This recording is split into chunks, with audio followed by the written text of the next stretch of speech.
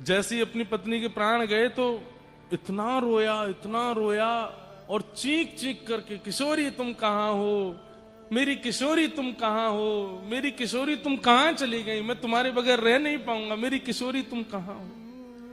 और वो तो रो रहा था अपनी पत्नी को याद करके। निकुंज में बैठी हमारी प्रिया जी ललिता जी से कहने लगी, अरे ललिते, इतने करुण भाव में मेरे को याद करके आज तक कोई नहीं रोया है। ललिता जी बोली, श्री जी आप इतनी भोली हो, इतनी सीधी हो, मैं कहां बताऊं। अरे तू ऐसे काहे को कह रही है, देख ये कितना रो रहा है मुझको याद करके। अरे बड़े बड़े जापक देखे, बड़े बड़े नामनिष्ठ देखे, बड़े बड़े भावुक देखे, लेकिन ऐसो रोबे वारो देखियो, या को कंठ अवरुद्ध है गयो है, गिर तो जा रहा है, नेत्रन से अश्रुधार गिर रही हैं, आंख लाल पड़ गई हैं। अरे ये प्राण त्याग देखो। अरे ललिते तू जल्दी व्यवस्था कर, या से मिलना है मोको। ललिता जी बोली, श्यामाजू वो अपनी बहू को बुला रहा है, बाकी पत्नी को नाम है किशोरी, वो आपको याद नहीं कर रहा है, अपनी पत्नी को बुला रहा है। बंधुओं ये सुनते ही किशोरी जी ललिता जी से बोली, एक बात बता, किशोरी शब्द को अर्थ कहा होवे। हमारी किशोरी जी को नित्य किशोरी, जो छोटी सी हैं उनको किशोरी कहते हैं। और बोले किशोरी पूरे ब्रह्मांड में केवल राधा रानी और कोई नहीं हो सकता। आप किसी को आज किशोरी अगर बोल रहे हो ना, कल वो किशोरी नहीं है, क्योंकि आज उसका जो तन है, उसका जो मन है, उसके जो स्वरूप है, वो कल बदलेगा। हर दिन व्यक्ति बड़ा होता है, हर दिन व्यक्ति की आयु बढ़ती है, हर दिन व्यक्ति का स्वभाव बदलता है, हर क्षण व्यक्ति के हार्मोन्स डेवलप होते हैं, हर दिन उसका रक्त बदलता है, शरीर बढ़ता है, सब कुछ बढ़ता है। हम लोग किशोर किशोरी नहीं हो सकते। हम अपने पूरे जीवन में एक दिन किशोरी होते हैं, एक दिन किशोर होते हैं बस। पर जो नित्य किशोरी हैं, हमेशा एक ही रस रहती हैं, वो किशोरी जी श्री राधा रानी है। इसलिए हमारी किशोरी जी से आप मातृभाव नहीं रख सकते। ठाकुर जी को भले पिताजी मान लो, लेकिन आप राधा रानी को मां नहीं मान सकते, क्योंकि वो किशोरी है। आप किशोरी जी के प्रति स्वामिनी का भाव रख सकते हो, आप किशोरी जी के प्रति सखित्व का भाव रख सकते हो, आप किशोरी जी के प्रति लाली का भाव रख सकते हो, पुत्री का भाव रख सकते हो, पर मां का भाव नहीं, क्योंकि वो नित्य किशोरी है, छोटी सी रहती है। ललिते बता, मैं ना जानू ये अपनी पत्नी को बुला रहा हो या कौन को बुला रहा है, पर किशोरी कौन है? बोले किशोरी तो आप, तो ये मुझे बुला रहा है। उसने भाव से नहीं पुकारा, केवल किशोरी शब्द का उच्चारण किया है। अपनी पत्नी के विरह में रोते रोते हमारी लाडली जी से देखा नहीं गया, तुरंत प्रकट हो गए और प्रकट होकर के उसको रूप कांति का दर्शन करा दिया, सिर पर हाथ दे करके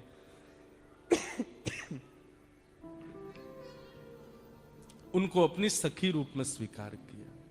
और किशोरी जी के दर्शन करने के बाद में उनके चित्त में फिर भक्ति भाव प्रकट हो गए।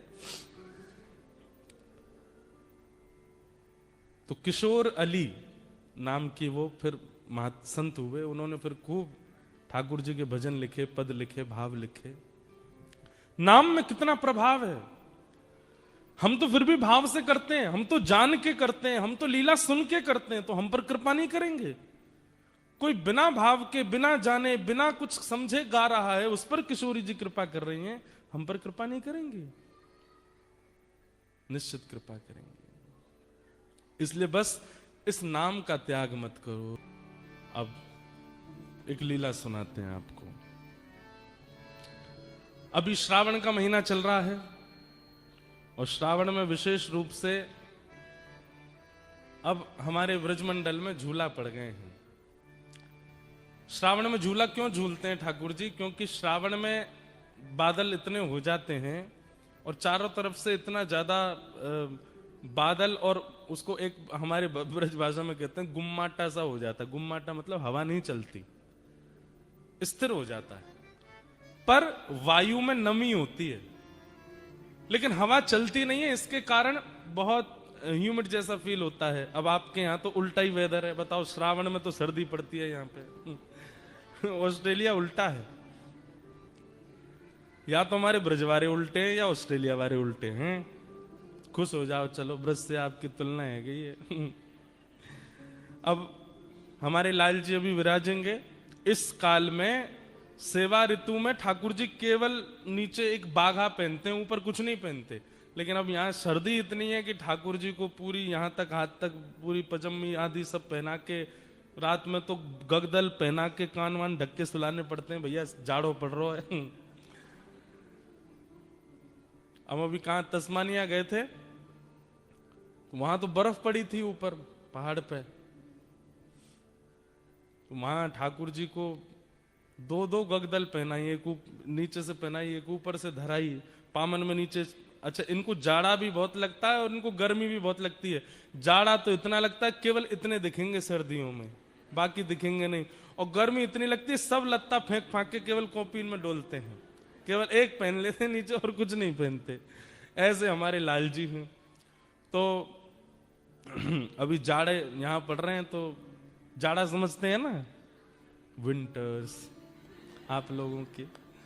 एक मेरे को बोले महाराज जी कभी समर में आओ। मैंने कहा है, हमारे यहाँ तो समर ही चल रहा है अभी। हमारी समर में आओ, दिसंबर जनवरी। मैंने कहा यार बड़ा अटपटा लगता है सुनना, दिसंबर जनवरी में। बोले 40 डिग्री रहता है यहाँ पर टेम्परेचर। तो यहाँ तो मौसम उल्टा है। पर हमारे ब्रज में अभी श्रावण में झूला पड़ते हैं ठाकुर जी के, तो वायु नहीं चलती, हवा नहीं चलती, तो जिसके कारण क्या होता है, श्री जी को बड़े प्रश्वेत आ जाते हैं, पसीने आ जाते हैं। और पसीना आवे के कारण जितने पत्रावली को श्रृंगार है, जितने किशोरी जी के ठाकुर जी के मुखमंडल को रस है, वो सब धूमिल होने लगे। तो सुबह सुबह सब सखियां किशोरी जी का श्रृंगार करती हैं, ठाकुर जी का श्रृंगार करती हैं, उसके बाद सीधे झूला पे ही बैठा देते हैं। क्यों? ये दोनों झूलते रहेंगे और इनके झूलवे के कारण इनको जो श्रृंगार है वो मिटेगो नहीं, और हम लोगों को दर्शन करने में सुख मिलेगा। और झूला में भी बड़े अच्छो रहे कि झूला से नेक दूर कछु सखी खड़ी है जाए, पीछे कछु सखी। तो जब दोनों झूला झूलें, तो जब पीछे जाए तो पीछे वाली सखीन को दर्शन है जाए, आगे जाए तो आगे वाली सखीन को। सखियों का सबसे प्रिय उत्सव है झूला का। ऐसो मान नहीं कीजे। अब लीला सुनो, किशोरी जी मान क्यों कर रही, बैठ जाओ। हाँ, सुन लो। ब्रज की लीला में एक नियम है कि जैसे प्रेम का एक स्वभाव होता है। अब देखो, हम बहुत अंतरंग लीला सुना तो रहे किशोरी जी की, पर हमको बहुत भय लगता है सुनाने में कि पता नहीं कोई ऐसे ही मन चला तो नहीं सुन रहा कोई, नहीं तो फिर दोष लगेगा भाई हमको सुनाने का। किसी की निजी बातें सबके बीच सुनाना, उसमें जिसकी बात है उसको बुरा लगेगा कि नहीं, तुमने सबको सुना दी। लेकिन जब किसी योग्य को बताई जाती है, जैसे हमने किसी से कहा भाई हमने तुम्हारी पर्सनल बात उनको बता दी, अच्छा वो तो कोई नहीं मेरे फ्रेंड है, उनको तो बता सकते हो। तो ऐसे ही श्री जी की, ठाकुर जी की निज बातें हम कह तो रहे हैं, पर हमको बहुत डर लगता है कि कहीं श्री जी हमसे यूं नहीं कहें, क्यों रे वह सभागृह में एक बैठो भोजन भट्ट, वो केवल भोजन करवे आयो भाई, लीला तो कोई मतलब नहीं। व्हाट्सएप इंस्टाग्राम चला तो सुन रहा मेरी लीला है, तू भाई वो सुनाया आयो। तो इसका हमको दंड तो मिलेगा। और पता दंड क्या मिलता है? अयोग्य के सामने लीला का प्रस्तुतिकरण करने से क्या होता है, फिर जो लीला सुना रहा है ना, उसको लीलाओं का कुछ दिन तक अनुभव नहीं होता, फिर कुछ दिन के लिए उसके चित्त से लीलाएं चली जाती हैं। इसलिए हमारी प्रार्थना है, अगर आप किसी और भाव में हो तो हाथ जोड़ के प्रार्थना है, एक भाव में आ जाओ और श्री प्रिया प्रियतम की नित्य लीला का श्रवण करो, और बड़े भाव से श्रवण करो। फोन वोन सब साइड धर देना, कोई और विचार करना नहीं। श्री ठाकुर जी प्रिया जी के साथ कैसी लीला कर रहे हैं और उस लीला में प्रेम कितना है, उस भाव को चित्त में धारण करके श्रवण करो, तो हमको फिर दोष नहीं लगेगा। बेमतलब में काय को ऑस्ट्रेलिया बुला के दोष लगाओ, इसलिए भाव से सुनो। तो बात ऐसी है कि प्रेम का एक स्वरूप होता है कि हम प्रेमी से सबके सामने स्पष्ट नहीं बोलते। जैसे जिससे हमारा प्रेम होता है अगर वो कभी सभा में हमको मिल जाए, बहुत सारे लोगों के साथ हमको मिल जाए, तो हम इशारा कर देते हैं। वो एक शायरी जैसी है, हाँ, नजर से नजर ने मुलाकात कर ली, रहे दोनों खामोश और बात कर ली। बस आंखों से ही हो जाती है कि ऐसे जो भी। आप लोग स्त्री पुरुष ही मत समझना, अब कभी कभी भाई भाई भी कर लेते हैं इशारों में बात। जैसे घर में मेहमान आते हैं, मम्मी ने समोसे मंगाए, बच्चों से कही भटक मत जाना इसके पास में, वो फूफा जी आ रहे हैं लंदन वाले, वो खाएंगे। बच्चे कह रहे, हे फूफा जी आप पेट भरे आना, खाना नहीं छोड़ जाना, तो हमको तो भी मिल जाएंगे। बाल्यकाल में बच्चों के संग ऐसे ही होता है। तो जैसे ही फूफा जी आते, बच्चे बड़े अच्छे, फूफा जी आ गए, आपके लिए समोसे बनाए मम्मी ने, बैठो। फूफा जी बैठ गए। अब जैसे फूफा जी चाय पी रहे हैं, लड्डू खा रहे हैं, समोसे नहीं उठा रहे, तो दोनों भाई इशारा करते हैं, अब तो हमको मिलेंगे, अब तो हमारे हो जाएंगे। तो ऐसे प्रेम का एक स्वरूप होता है कि आप इशारे में ही अपने प्रेमी को स्थिति बता देते हो। श्री जी और ठाकुर जी सदा भीड़ में ही रहते हैं। क्यों? श्री जी के संग 8 सखी रहती हैं और ठाकुर जी के संग 8 सखा रहते हैं। तो अपनी निज बातें कैसे हों? तो श्री जी इशारा कैसे करती हैं? अपने श्रृंगार से ठाकुर जी को इशारा करती हैं। अगर श्री जी ने नीली ओढ़नी पहनी हो तो मानो ठाकुर जी को संकेत कर रही हैं कि इस बार की पूर्णिमा पर, इस बार की पूर्णमासी पर कोई नीला तालाब, नीला सरोवर, वहां मिलेंगे, वहां लीला करेंगे, वहां रास बिहार करेंगे। फिर ठाकुर जी नीले ओढ़नी से तो समझ गए कि भाई जो है कहीं श्री जी सरोवर का संकेत करें। काली ओढ़नी हो, वैसे तो काली शाम ओढ़नी ठाकुर जी ही धारण करते हैं, लेकिन कभी कभी श्री जी धारण कर लेती हैं, तो ठाकुर जी समझ जाते, ओहो काली ओढ़नी मतलब अमावस्या, चंद्रमा नहीं होना चाहिए। और फिर काली ओढ़नी हो, उसमें थोड़े थोड़े सितारे जैसे जड़े हों, तो ठाकुर जी समझ जाते हैं कि द्वितीया तृतीया का चंद्रमा हो जिसमें तारे टिमटिमा रहे, उसमें मिलने की आज्ञा कर रहे हैं। ऐसे किशोरी जी संकेत करती हैं। अब नीली ओढ़नी है, उस पर गुलाबी वस्त्र पहने हैं, तो मानो नीला सरोवर और उसमें भी कमल खिले हों, वो संकेत है। ये 2 संकेत हो गए। अब तीसरा संकेत क्या होता है? तीसरा संकेत ये होता है कि किशोरी जी से ठाकुर जी पूछते हैं, हे श्यामाजू, अब बोलते तो है नहीं पर बस एक बार निहार के ठाकुर जी समझ जाते हैं क्या आज्ञा, अकेले आना है कि इनमें से किसी को लेके आना है। तो किशोरी जी अगर केवल एक बिंदी धारण करके आई हो तो मानो संकेत कर रही हैं अकेले आना है। और अगर कपोलन पर पत्रावली बना रखी है गोल गोल और बीच में 2 बिंदु हैं, तो ठाकुर जी दोनों कपोलन के बिंदु गिनते हैं कितने हैं। अगर बीच में 1 बिंदी और 4 दोनों तरफ हैं, तो इसका मतलब ठाकुर जी कह रहे हैं अपने सखा नहीं लाने हैं हमको, इनकी 8 सखियां ही रहेंगी, 4 हमारे पक्ष में 4 इनके पक्ष में। और मानो अगर पूरा यहां तक पूरा भर रखो है, पत्रावली अद्भुत धारण करके ठाकुर जी कह रहे हैं ओहो अब तो जरा भंडारा सबको लेके चलना है, इसमें एकांतिक नहीं है। तो ऐसे किशोरी जी संकेत करती हैं। एक दिन किशोरी जी श्रृंगार करके आई और ठाकुर जी के लिए सुंदर भाव विचार करके आई कि छाक लीला करेंगे। छाक लीला मतलब भोजन पाएंगे। और छाक लीला के भाव से किशोरी जी ने पूरा वस्त्र धारण किए। तो वस्त्र कैसे धारण किए? हरे कलर के सब वस्त्र पहने। उसका संकेत ये किया कि ठाकुर जी को संकेत कर रही हैं कहीं बगीचा में मिलेंगे। और उसमें भी केश जो है श्री जी के वो बेणी गूथी हुई है। अगर बेणी पीछे है नहीं दिख रही है तो इसका मतलब ठाकुर जी को ये संकेत है कि वन में नहीं मिलेंगे।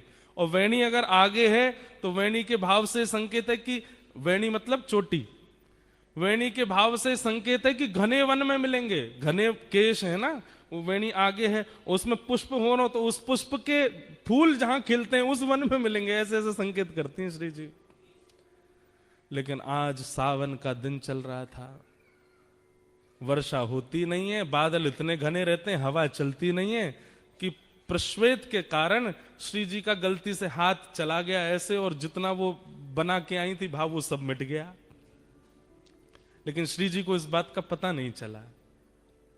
अब जैसे ही आई तो यहाँ सब सखियां और श्री जी, यहाँ ठाकुर जी और सब सखा, अब सब आपस में कर रहे हैं, बातचीत कर रहे हैं, कछु आनंद कर रहे हैं, और ठाकुर जी सब एक एक चीज ध्यान से परख रहे हैं, क्या आज्ञा कर रही हैं।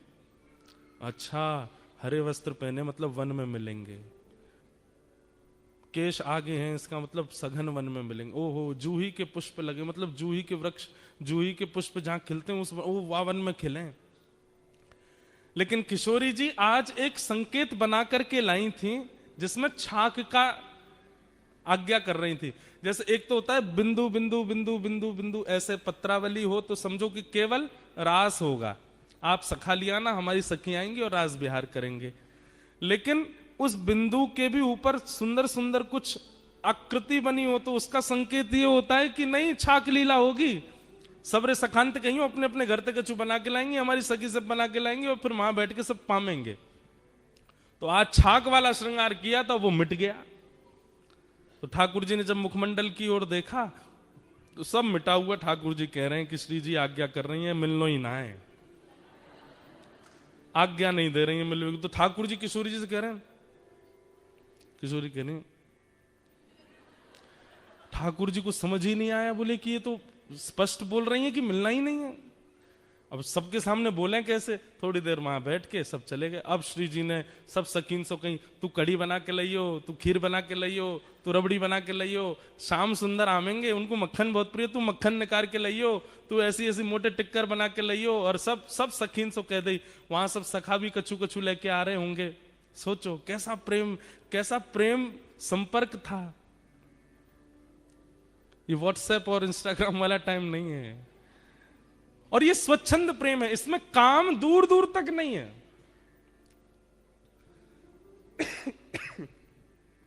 संध्या के समय आज सुबह से सब सकिन ने अपने घर में सुंदर सुंदर प्रसादी बनाई, और संध्या के समय श्री जी आ गई बगीचे में। जैसा जैसा संकेत जहां का किया था उसी बगीचे में, उसी पुष्प के वन में आकर के श्री जी आके विराज गई। अब प्रतीक्षा कर रही हैं, ठाकुर जी आ रहे होंगे, ठाकुर जी आ रहे होंगे। अब जब ठाकुर जी विलंब करते हैं ना तो ललिता विशाखा ठाकुर जी की बुराई करने लग जाती हैं। अरे श्री जी तुम भी या छलिया के चक्कर में पड़ गई हो, जे ऐसा ही है।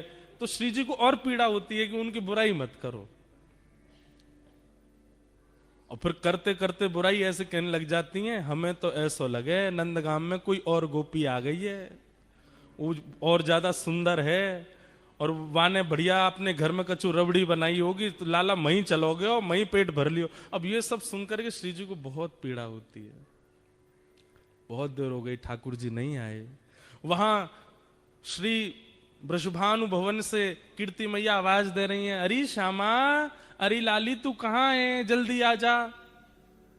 सब सखी बोली, किशोरी जी अब जावे को समय है गयो, आज मिलन नहीं होगा। किशोरी जी के नेत्र सजल हो गए, जा रही हैं।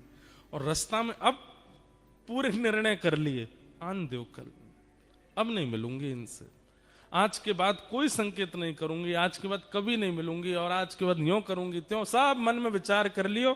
क्रोध में जाकर के जितनी सामग्री बनाई वो पाई भी नहीं। रात्रि में विशाखा ललिता दोनों सेज सजा रही हैं श्री जी का। तब श्री जी आज्ञा करें, ये जितनी सामग्री बना के लाए हो ना, कुछ पाया तो नहीं? बोले नहीं, कुछ भी नहीं पाया, सब धरो है श्री जी, आपने भी नहीं पाया, पालो। बोले नहीं, सब बंधवा के। और हमारे बरसाने में पूर्णमासी है, एक पूर्णमासी है, वो नंदगांव भी जाती है, बरसाने भी रहती है। बोले उसके हाथ सब भिजवा दो नंद भवन, वही वही वही के यहां भिजवा दो, लाला पाले को। क्रोध में जैसे किसी ने आपके लिए बढ़िया घर में व्यवस्था करके रखी, आप नहीं गए तो वो फोटो खींच के भेजता है, ले ये सब करके रखा था मैंने तुम्हारे लिए, फूल मंगा के रखे थे, ये करके रखा था, तुम आए नहीं। तो वो कितना भारी लगता है। हमारे साथ तो बहुत होता है ना, क्योंकि हम जहां भी कथा करने जाते हैं 10 लोग बुलाते हैं, वो हमारे घर आओ, 2 मिनट के लिए आओ, तो हम आएंगे बनाएंगे। अब कोई बेचारा पूरी व्यवस्था करके रख लेता है, जब नहीं जाते तो फिर कभी मिलता है, महाराज जी देखो मेरी बेटी सुबह से बैठी थी, हाथ जोड़ के बाहर खड़ी थी, आप आएंगे, दिया बुझ गए, तेल सारा खत्म हो गया घर का, लेकिन आप आए नहीं, हमने ये बना के रखा वो। अरे मैंने कि मैया क्षमा करो, फिर कभी आ जाऊंगा। तो ऐसा होता है। तो उसी भाव से श्री जी ने 56 भोग भिजवाए ठाकुर जी के पास। पूर्णमासी आई ठाकुर जी के पास आके बोली, लाला इतकुआ। अरे पूर्णमासी कहा भर के लाइए आज झोला में? बोले 56 भोग है। काय बात को? बोले श्री जी ने भिजवाया तेरे काजी। अच्छा, आज कोई उत्सव हो बरसाने में, कोई मनोरथ हो? वो ना कछु ना। तो कहा कह के भेजो, काय मारे भिजवाए हो सब? बोले कछु ना, क्रोध में भेजो है। ठाकुर जी की तो सांस रुक गई। मैंने कहा कर दियो, मुझसे कहा गलती है गई। अब ठाकुर जी विचार कर रहे अपराध कहां बना, क्या हुआ, कैसे हुआ।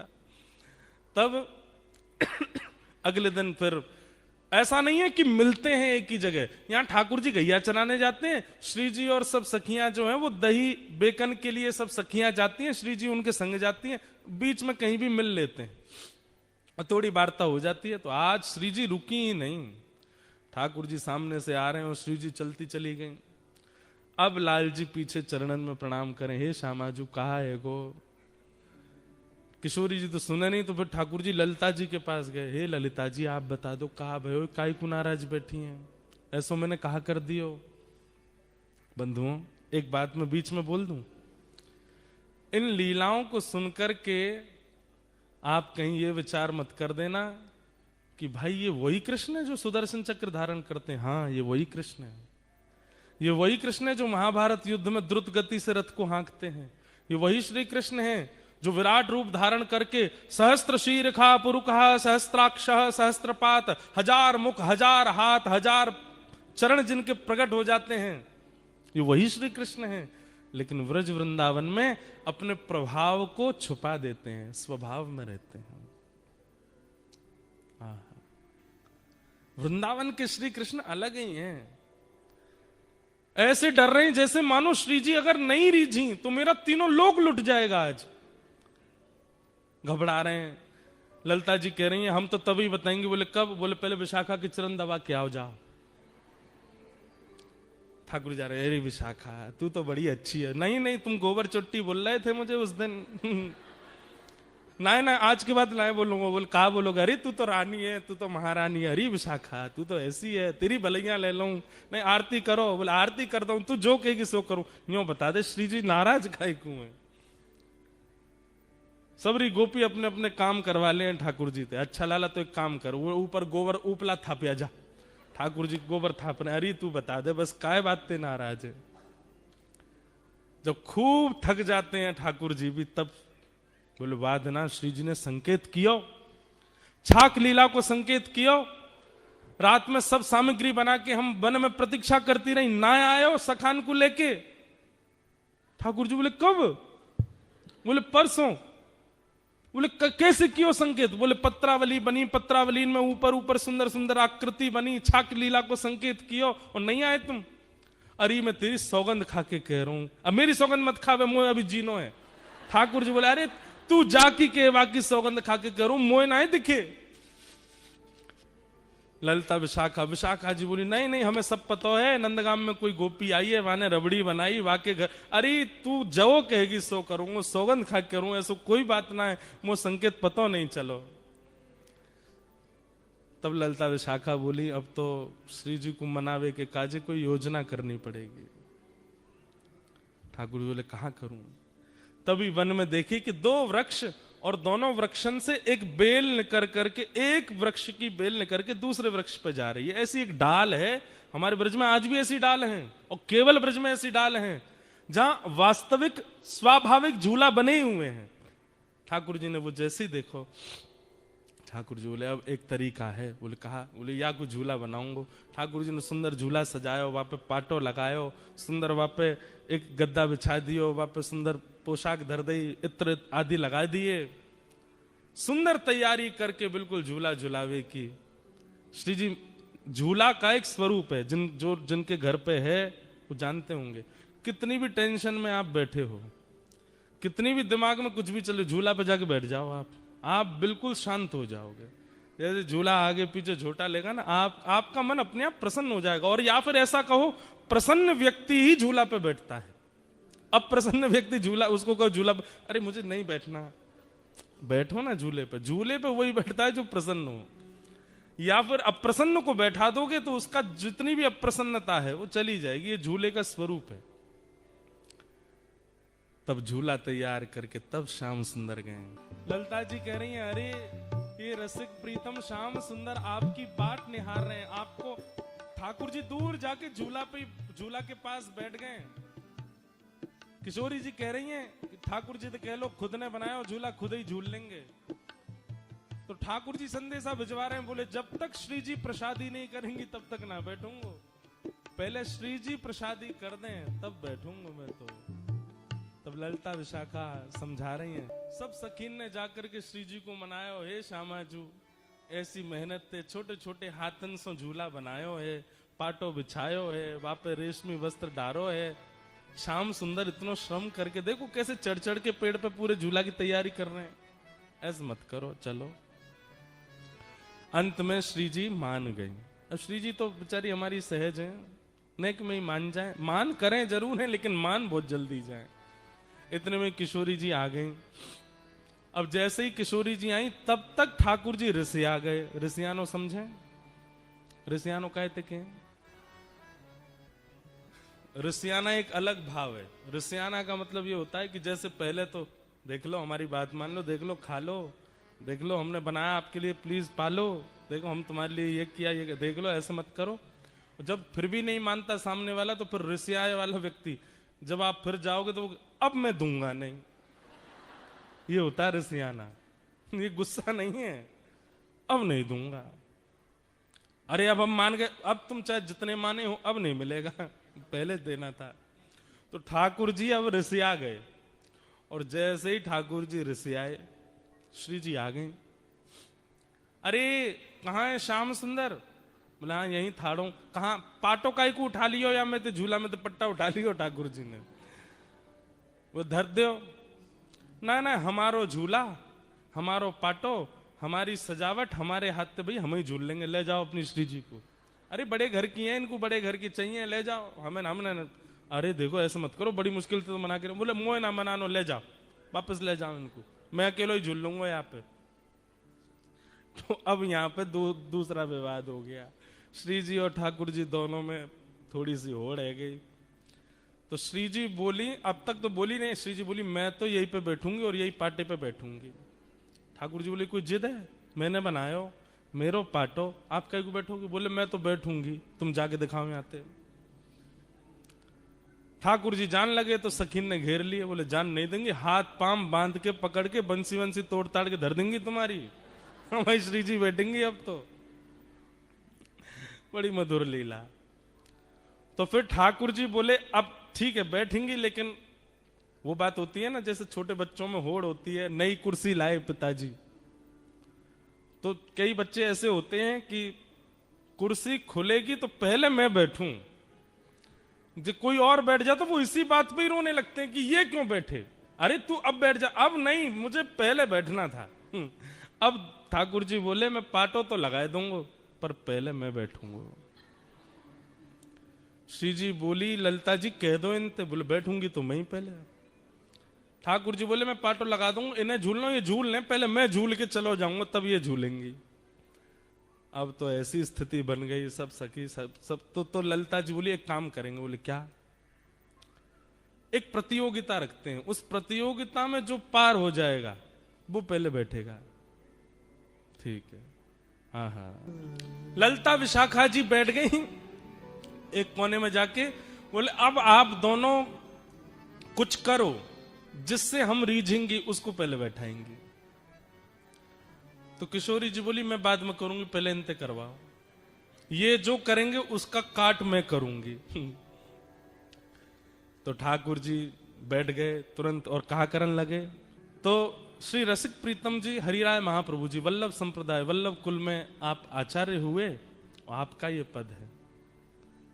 कह रहे हैं, बोले ठाकुर जी गायन करने लगे और बोले सामान्य नहीं गा रहे हैं, बोले ऐसा गायन कर रहे हैं, ऐसा गायन कर रहे हैं कि कोटि कोटि काम कंदर्प दर्प दलन करने वाले लग रहे हैं ठाकुर जी। ललिता विशाखा तो मोहित हो गई ठाकुर जी पे। ऐसे ऐसे तान लेवे, ऐसे ऐसे गावे, ऐसे ऐसे मधुर स्वर कान पे हाथ धर के लगावे। ललिता जी तो सुध बुध खो करके और ठाकुर जी के पक्ष में ही जा रही हैं।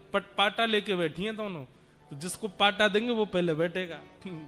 ललिता जी तो बिल्कुल तैयार है, बोले मैं तो इन्हीं को पाटो दूंगी। कैसे गा रहे हैं, देखो कितना मधुर है इनको स्वर।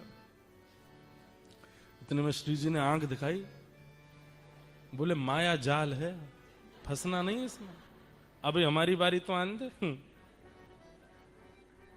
गा रहे हैं ठाकुर जी।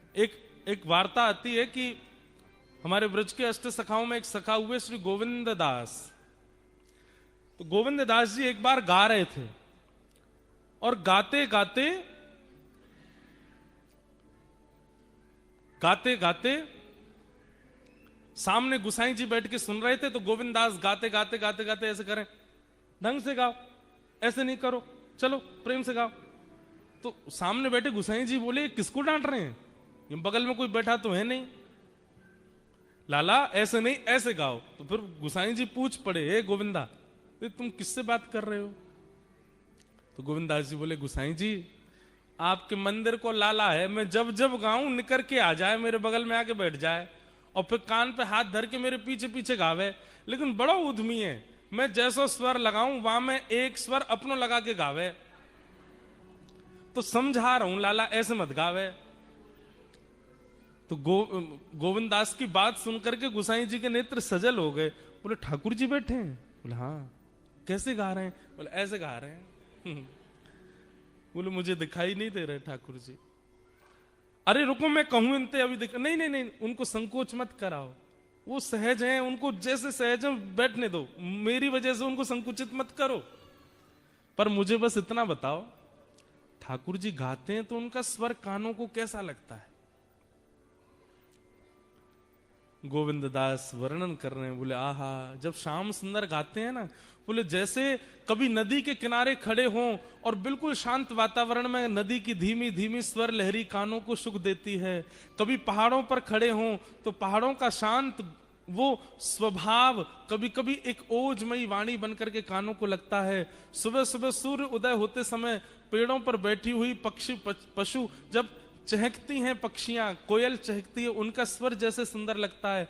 घने बादल हो रहे हों और उस समय वन में मोर कुहुक रहा हो और उसकी वाणी सुंदर हृदय को आनंदित कर देती है। मतलब प्राकृतिक जो स्वर है वो स्वर जितना सुख देता है, उस स्वर को भी, उस प्राकृतिक स्वर को भी 1000 गुना, लाख गुना, करोड़ गुना कर दिया जाए, वैसा सुख ठाकुर जी के स्वर में मिलता है। ठाकुर जी जब गाते हैं तो इतना सुख होता है। लेकिन लेकिन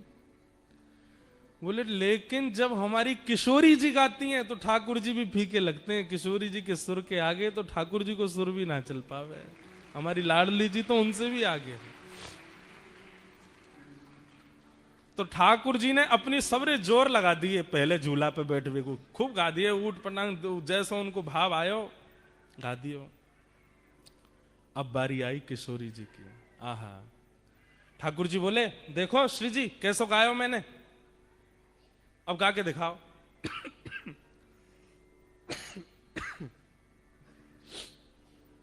अब ठाकुर जी तो गा रहे थे ललिता विशाखा की ओर मुख करके, किशोरी जी बोली अब मैं गाऊं।